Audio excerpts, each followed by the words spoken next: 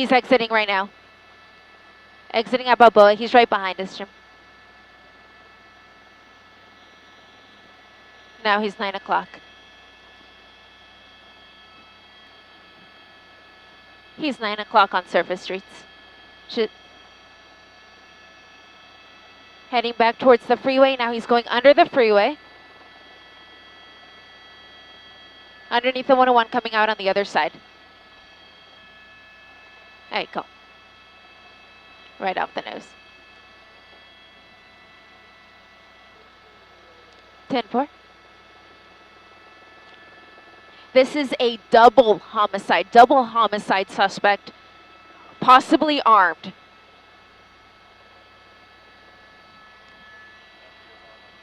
Live on Telemundo and Booth from NBC, we're ready to go. Okay. Chuck, Colleen, we have a very dangerous pursuit, and it is simply because of what this person is wanted for. I'm just hearing over the police scanner that this person is wanted for not one, but 2 murders. So a double murder suspect here on the run from the LAPD's Topanga division. And to make matters worse, this suspect is believed to be armed. Let me tell you about some of the things that happened before we started broadcasting our images here. There were 2 people originally in this green truck. The person who is currently driving, the homicide suspect, was the passenger. The person who was driving at one point jumped out of the car, and that guy started running away. Meanwhile, the passenger, our suspect, took control of the vehicle and continued the pursuit. He is now driving southbound here on Balboa, approaching the 101 freeway, but he had actually just jumped off that 101 freeway a couple minutes ago, stayed on Balboa here for a little while, but it looks like he's trying to make his way back towards the 101 freeway from Balboa. Correct. Exactly. So he is running just to the west of the Sepulveda Dam area. That's going to be our major landmark here through the area. And he's coming back up here to the 101 freeway. This may be his opportunity to get back on. So we'll see if he does just that. But that's the only freeway that we have heard him get on yet. And of course, he has been on surface streets as well. This is the LAPD's Topanga division in pursuit. There are units directly behind this guy, as well as the helicopter overhead, and the suspect vehicle is currently just on the other side of this building. We will try to bring News Chopper 4 Alpha around to bring you images of that vehicle, but you can see one of the police cars just sticking out right there on the other side of this building. Again, still southbound here on Balboa, just north of the 101 freeway. That's a very good point. We actually don't have any information as to we don't have any information about the other person who was in the vehicle, whether that person was a willing participant or not. But I can tell you is that this person is believed to be armed.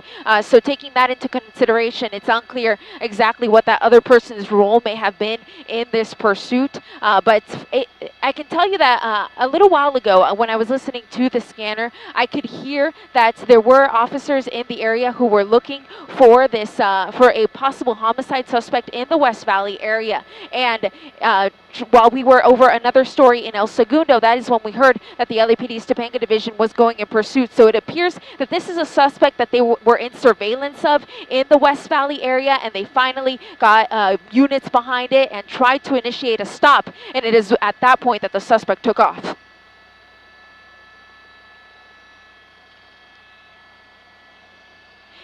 In this case, he is headed what is considered southbound, but some people would also call it eastbound. So he is making his way over towards the 405 freeway. If he continues on this path, he could eventually also get onto that southbound or northbound 405 if he so decides, or he can continue on the southbound 101.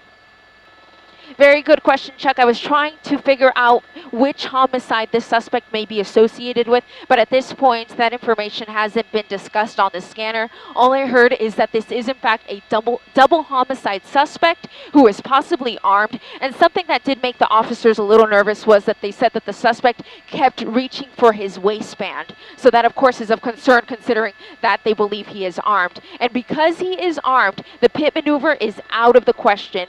Officers who are behind this guy have requested the ability to pit, and they were told by their watch commander that they do not have permission to pit because the suspect is armed. He has actually, and he's approaching the 405 split right now. So as you can see, right there's the split, and it looks like he is setting up to go southbound 405 here, unless he makes a dramatic move here. And it looks like he may try to move over to the northbound side, but for now it looks like he is set up to go southbound 405.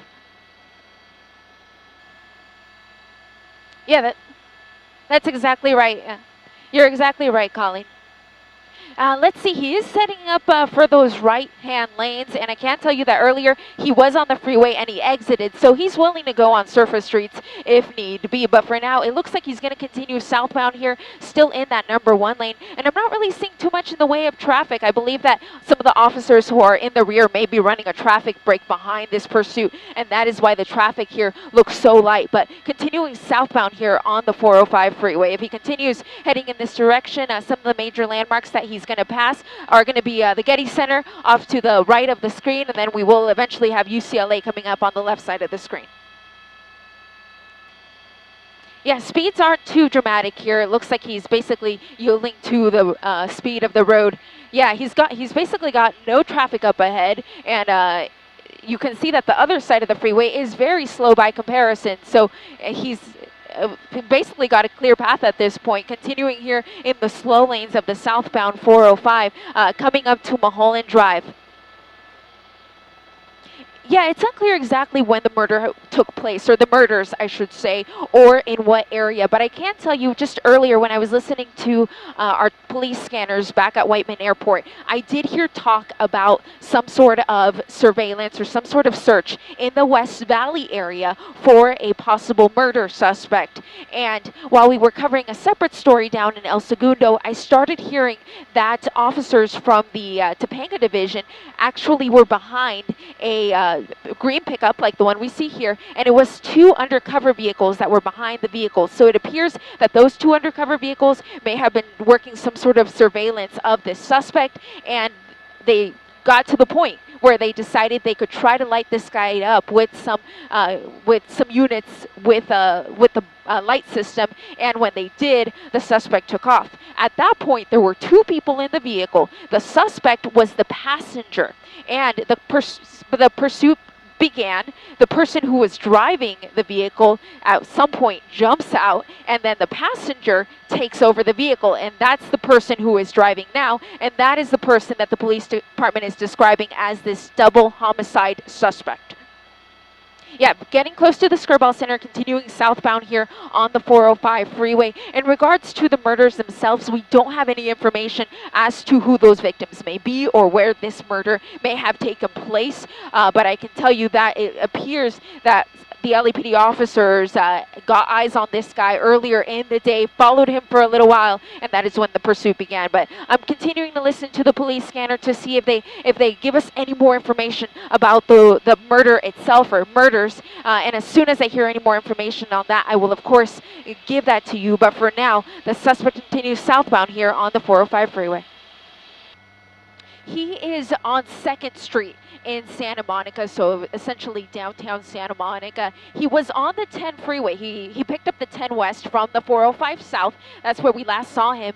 And he took that 10 West, exited at 4th Street, and is now on surface streets here in the Santa Monica area. And that, of course, makes us a little bit more nervous because now we're bringing pedestrians into the mix, whereas before he was just on the freeway, and that was not something he had to contend with. But now making his way here through surface streets on Ocean Avenue now, just turned off of, I believe that was Broadway from Ocean Avenue. You see how close that bicyclist is as he continues southbound here, making his way back towards the direction of the 10 freeway. We'll see if he tries to pick it up yet again, but units close behind, and you see him there weaving in and out of traffic, weaving through those cones. Oh, just hit that construction cone there, and continuing southbound here on Ocean Avenue.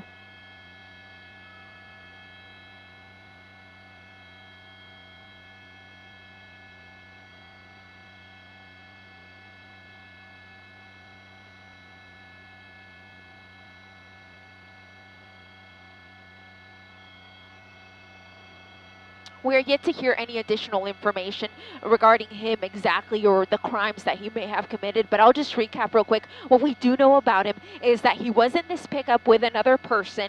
That other person was driving, and that person wanted no part of this pursuit. They jumped out of the car, and then the passenger took over the vehicle, and that is the suspect who is driving the vehicle now. And what we heard was that he is wanted for not one but 2 murders. It is unclear what the information may be about those 2 murders themselves, but the other information that we have about him is that he is believed to be armed, and it is for that reason that the LAPD has not been granted permission to do a pit maneuver. Rather, it would be just too dangerous. He's currently on 3rd Street. He just turned off of Pacific. So this is what you can call a residential area in Santa Monica. I don't see them doing anything up ahead per se, but they may be stopping traffic right behind him just to let the pursuit go by. But it's really difficult to tell where he may head to next. So because of that, it's difficult to put units up ahead. I can tell you that when he was on the freeway, it was a little bit different. They knew the general direction that he was going at, and they were able to stage units up ahead on the freeway, as well as run traffic breaks behind him. But in this situation, he just randomly chose to get off at 4th Street from the 10th freeway, and is now making his way here through the streets of Santa Monica. But now he's on a major street. He's on Pico, headed on Pico Boulevard. Let me get you the next cross here, and I got turned around there, but it's going to be 6th Street. So Pico and 6th is exactly where he's at, just kind of weaving in and out of traffic. It seems like he may be looking for a way to get back on the freeway, because we know that he has been on this freeway on the freeways rather, for most of the duration of this pursuit. It looks like he prefers to be on freeways, so he may be trying to weave his way back towards the freeway, but at this point it's unclear if this is an area that he is familiar with, and he may be having a difficult time finding that 10 freeway. Yeah, he's pulling into the 7-Eleven here on the corner, and it's unclear if he just did that to try to get around some of that slower moving traffic, or if this is where he's going to bring this all to an end. We'll see. If he hangs a right here, it's just going to get him back onto Pico, and it looks like that's exactly what he's going to try to do here. Just basically use the lot to get through. And sure enough, going to be getting back onto Pico. It looks like he's trying to go the wrong way though, and the cars are going to move out of the way just enough for him to get by. So he's continuing here on Pico Boulevard, which for those of you who are not too familiar with the area, it runs just south of the 10 freeway, still in the Santa Monica area, so this is going to be right off the coast. And I can tell you that his speeds are very slow at this point. I'm clocking him maybe at around 20-25 miles an hour, so speed hasn't really been a factor during this pursuit. But as you said, Colleen, what is so dangerous is what this guy is wanted for. Not 1, but 2 murders, and he is believed to be armed. And the officers who are right behind him have said over the police scanner that they see him reaching for his waistband, which of course makes all of us very nervous. Ideally, they don't want to do anything that would agitate the driver anymore. So the ideal situation would be just to follow this guy until he decides to stop on his own and gives up, or his car becomes disabled. They don't want to do anything that's going to make him even more mad, drive even faster. In this case, we know that he's got that, or we know that he possibly is armed. So because of that, they're not going to try a pit. They wouldn't want to spin the vehicle around and then have them be facing one of the officers, and of course, they wouldn't want anything like that. They could possibly try the spike strips. I haven't heard them say where they're going to deploy any in the area, but that's still a possibility. Of course, if they did that, then the officers who would be deploying those spike strips would be awfully close to the vehicle at that point, which of course they don't want to endanger any of their officers or any of the general public. So to answer your question, the ideal situation is just to wait this thing out. Don't agitate the driver. Let him come to a stop on his own terms and take him safely into custody. And it looks like he just missed his opportunity there, Colleen. He's on 20th Street, and it looks like that was his chance to get back onto the 10. I saw the on-ramp there, but he went right by it. It was off to his right. He may not have seen it, and is instead turning here onto Olympic Boulevard, another major street here through the area. So he is currently driving on Olympic, coming away from 20th Street.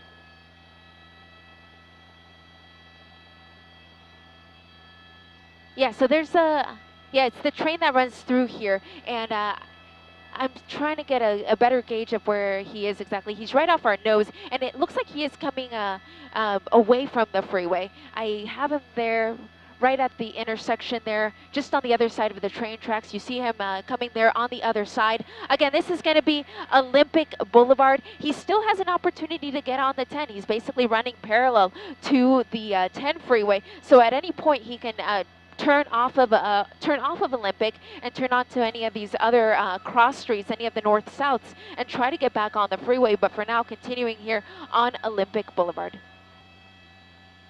Yeah, and to answer your question from before, he is headed eastbound. I got my bearings now here. Headed eastbound here on Olympic Boulevard, and still slow speeds running through the intersection here, turning here onto Stewart Street, which is going to be a smaller street, Stewart Street, making a northbound turn onto Stewart Street from Olympic.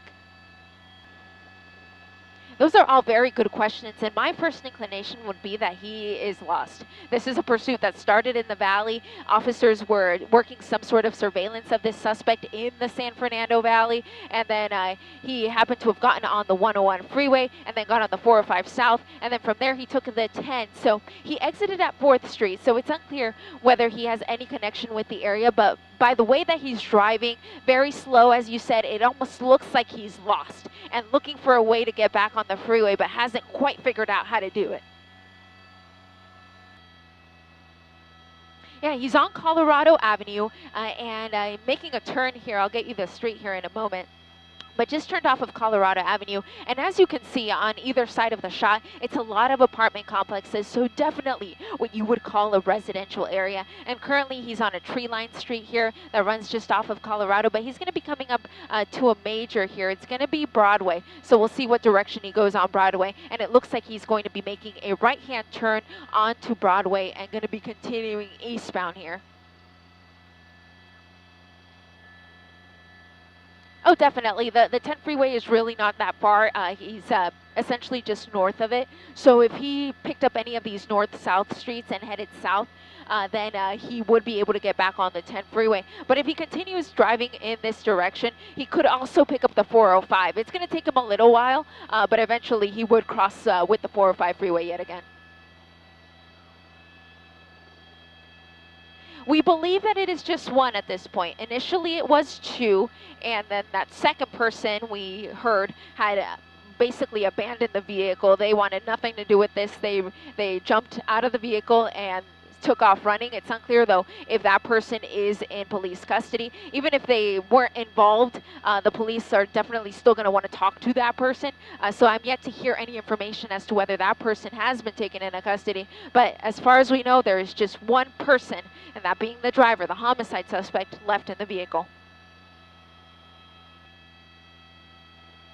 So this is going to be Santa Monica Boulevard, which of course is a very big thoroughfare here through the area. He's just on the other side of that apartment complex, so we'll catch him here as he comes out here on the other side. But Santa Monica Boulevard with units close behind, and in my earlier shot you saw the black and white helicopter. That's going to be LAPD, who is keeping tabs on this guy from above. And that actually was not the helicopter that was over him earlier. The earlier helicopter pulled off, and now we have this black and white helicopter from the LAPD following this pursuit here on Santa Monica Boulevard.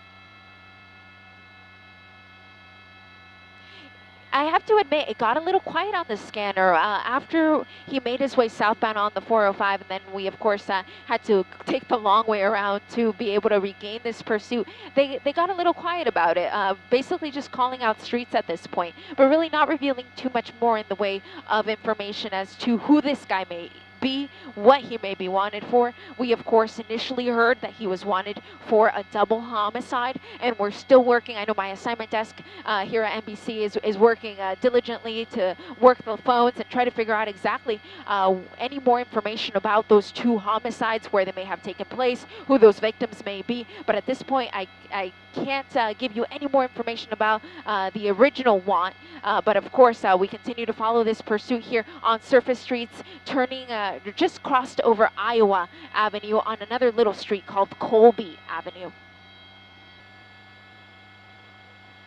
It's unclear if any of the officers may have seen a weapon, but that was what we originally heard, is that they believe to be armed, or that that they believe he is armed. It is unclear if perhaps he used a weapon during the commission of the murders, and then that would be a way for them to basically connect that he may be armed. They did mention that he was reaching for his waistband, though, which of course made them a little bit nervous, of course, and it was at that point that they said that no pit maneuver would be allowed. There was one officer that was right behind the suspect who said, "Can I perform a pit? Am I pit approved?" And the watch commander said no, because this guy is armed. It's just too dangerous, and they can't risk it.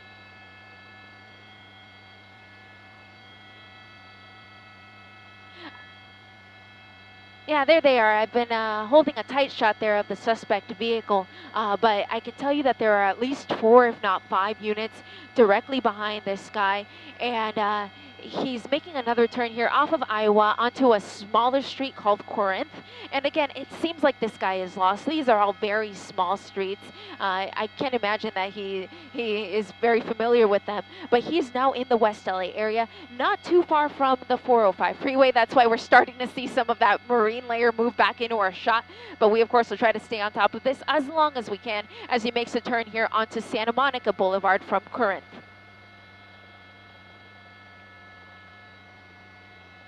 He's basically headed away from it now, which is not what he should do if he wants to get back on that 405 freeway. It seems like he was looking for a way to get back on the freeway. He didn't find it, so he made a turn there and is now going to go back westbound Santa Monica, back towards the ocean.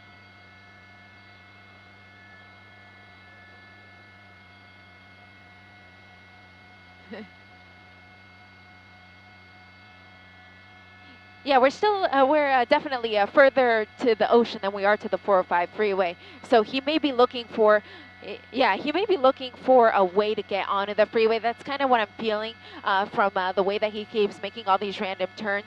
Continuing westbound Santa Monica through Barrington, very slow speeds, approximately 20 miles an hour. You can see that he really isn't going very much faster than these other vehicles, because there is a bit of congestion here through the area, as is to be expected at this time of the day on Santa Monica Boulevard. But continuing westbound here.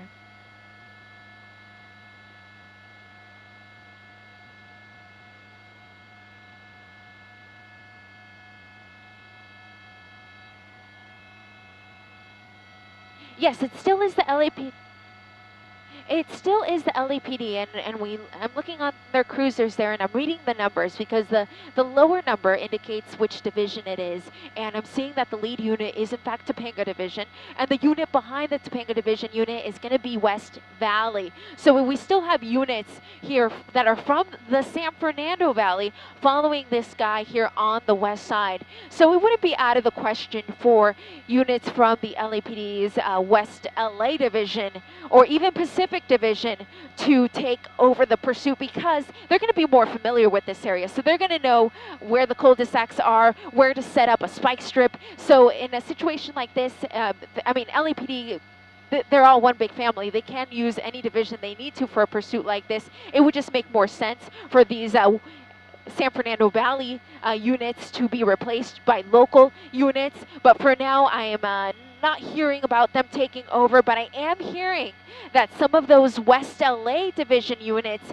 may be setting up spike strips in the area. And of course, I won't reveal exactly where, because of course we wouldn't want anyone who may be listening to our broadcast to give this guy any type of heads up about those spike strips, but I can tell you that they are now in the mix.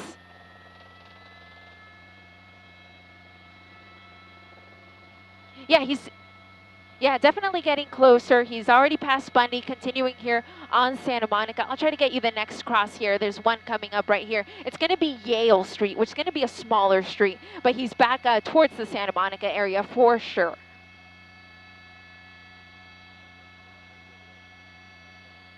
They definitely could get involved. It would be a matter of LAPD asking for them to take over. And at this point, I have not heard them ask for that request. I have heard them, though, ask for the West LA divisions to get involved. And they could also ask Pacific divisions to get involved. Go ahead.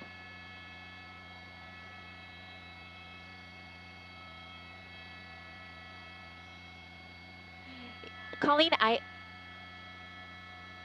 I missed that last group of people, but look at these people there. They are definitely out on the sidewalk documenting this on their phones.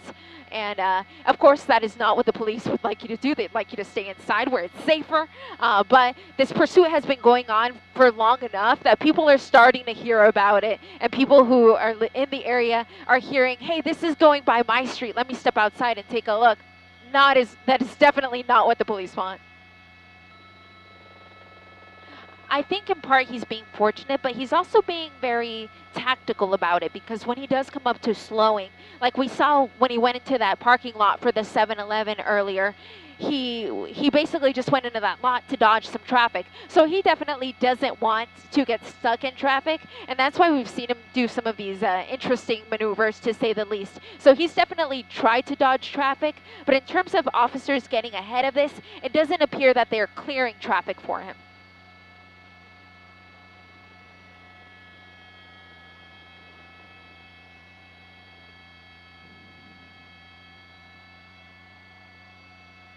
We're essentially coming right up to it, or we may be in it. He's on 60, or rather, he's on Santa Monica, crossing 16th Street, 1-6. So he's headed back into the Santa Monica area.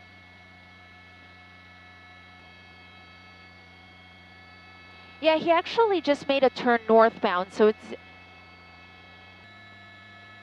Yeah, so he's currently on 14th.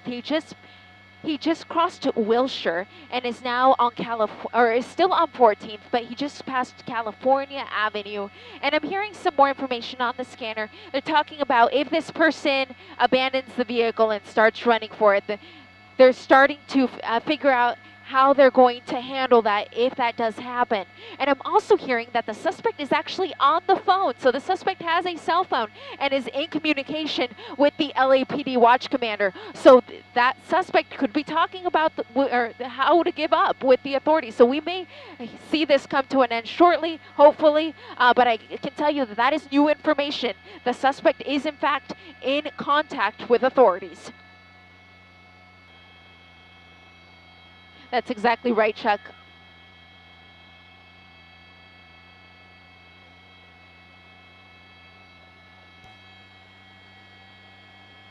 What's our fuel, Jim?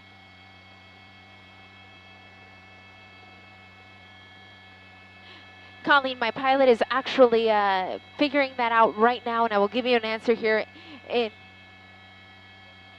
We still have about 45 minutes to an hour left of fuel, but fortunately, even if we run out of fuel, we do have Gil Levis in News Chopper 4 Bravo ready to take over this pursuit if it goes any further than those 45 minutes. But I can tell you that, Chuck, you were right about the suspect being on Montana. He is, in fact, headed eastbound on Montana Avenue, just crossing over 19th Street. Yeah, pretty much a slow speed pursuit. The fastest speeds were, of course, when he was on the freeway. He was on the 101 south, then he got on the 405 south, and then on the 10 west, and that's basically when he was the fastest. But in terms of surface street speeds, he's maintained about 25 to 25, or rather 20 to 25 miles an hour. So speed hasn't really been a factor in this pursuit. But of course, this is a very dangerous pursuit because this suspect is wanted in connection with a double homicide, and authorities believe that he may be armed. It was the LAPD's Topanga division that originally tried to pull this suspect over after working some type of surveillance of the suspect. Officers tried to pull the suspect over, and at that point there were two people in the car. There was the driver and the passenger. The driver wanted nothing to do with this, and he ran for it. But then the suspect took over the vehicle, and it is it's the passenger who took over the vehicle, and that passenger is now the suspect who is driving this vehicle here in the Santa Monica area, continuing eastbound on Montana. He has been talking to the watch commander of the Topanga Division station, and it is the Topanga Division of the LAPD that originally tried to pull him over. So he is in communication with the watch commander. Of course, we cannot listen into that conversation, so we don't know exactly what is being said, but hopefully what is being discussed is a way for him to give up peacefully. That would be the ideal situation, because as we talked about before, in a situation like this where the suspect is armed, there's little that the officers can do because they don't want to do anything that will agitate the driver and endanger them or the general public. So the ideal situation is to just have this guy give up voluntarily on his own and in a peaceful manner. But for now, it looks like whatever conversation he is having with the watch commander hasn't led him to stop continuing here on Montana Avenue, still in the Santa Monica area. Yeah, slowing down even more. So he's still probably at about 15 miles an hour, and now he's going to turn right towards us here on what I would call a very small street. It's called Gretna Green Way. So a small street here, just on the south side.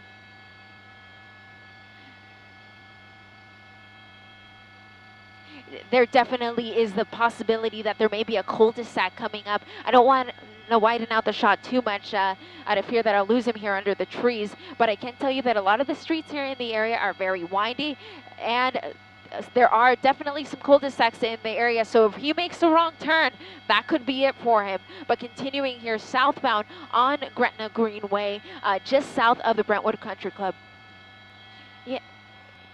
Yeah, another little side street called Mayfield Avenue, so definitely a residential area. I can't imagine that the suspect is familiar with this area, considering where the pursuit began, all the way in the San Fernando Valley in the LAPD's Topanga Division, which is essentially the west side of the San Fernando Valley, and he has traversed a number of freeways, ending up here now near the Brentwood Country Club, making a turn here onto Bundy Drive.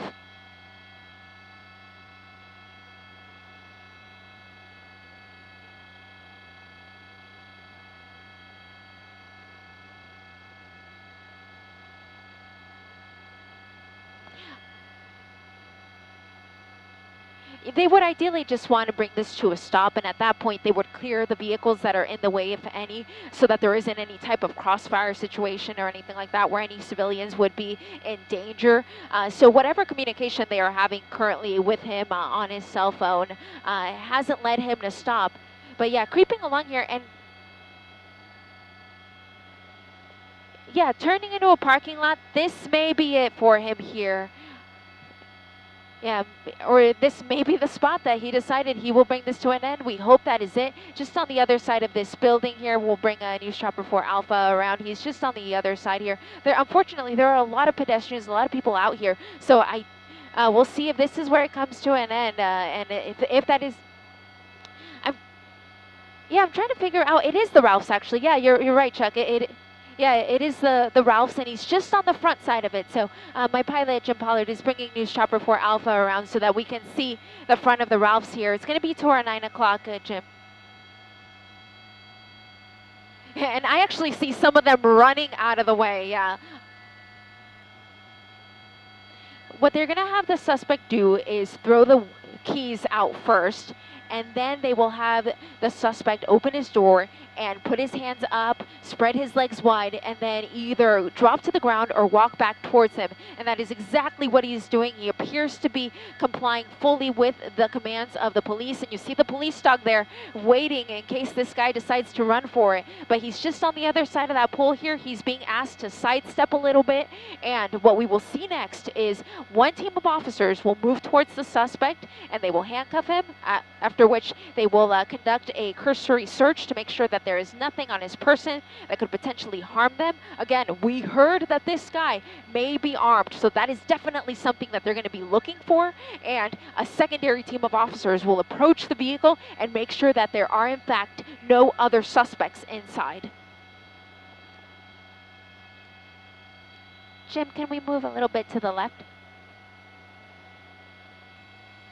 That's exactly it, Colleen. The initial report that we had heard was that there were just 2 people inside and one had ran for it at the beginning of the pursuit, but apparently there were 3. It was just one person that ran initially. The other 2 remained in the car during the course of the pursuit, but the team of officers will approach the vehicle to make sure that there is in fact nobody else inside. They're going to take a quick look and confirm that, but as you can see, both the driver and the passenger now waiting there on the pavement to be taken into custody.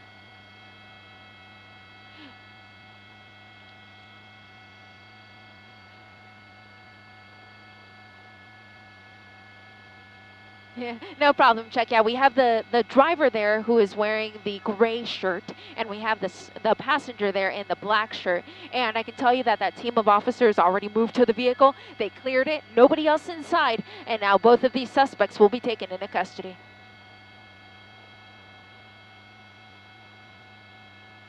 That's really interesting. Yeah, it's really interesting. I mean, yeah, there is the possibility that the driver wasn't the homicide suspect. It could be the passenger. That's still all very unclear because all we heard from the initial information was that there was a murder suspect in the vehicle. We, of course, thought that there was only one person inside, so we deducted that that would be the driver. But now that we see that there is a passenger, there's a possibility that it is the passenger who was the original murder suspect.